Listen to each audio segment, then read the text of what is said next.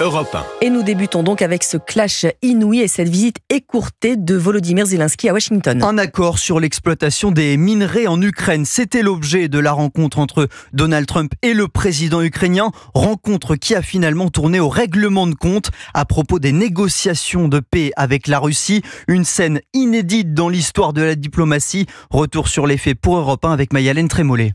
C'est un échange de 2 heures qui s'est transformé en passe d'armes historique au bureau ovale. Face à une nuée de caméras, Donald Trump, en colère, menace son homologue ukrainien de le laisser tomber s'il n'accepte pas un compromis avec Vladimir Poutine et va jusqu'à l'accuser de manquer de respect dans le bureau ovale à la nation américaine. Vous n'êtes pas dans une bonne position. Vous n'avez pas les cartes en main maintenant.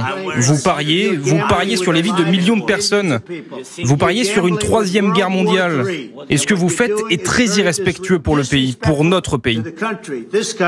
Malgré un climat de tension extrême, le président ukrainien ne transige pas, tient son cap et clame qu'il refuse de négocier avec Vladimir Poutine, qu'il qualifie de tueur, provoquant la colère de Donald Trump qui accuse de son côté Volodymyr Zelensky de ne pas être prêt pour la paix.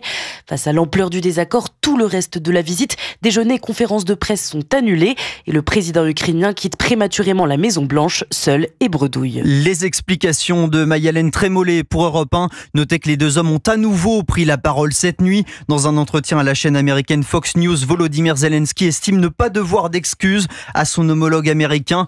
Il pourra revenir quand il sera prêt à la paix, a dit pour sa part Donald Trump sur son réseau social. Et cette altercation, elle a sans surprise provoqué une avalanche de réactions. À commencer par Moscou qui estime que Donald Trump a fait preuve de retenue face à, je cite, l'ordure Zelensky. Les dirigeants européens ont apporté leur soutien à l'Ukraine. Il y a un agresseur qui est la Russie et il y a un peuple agressé qui est l'Ukraine, rappelle le président français Emmanuel Macron en visite d'État au Portugal.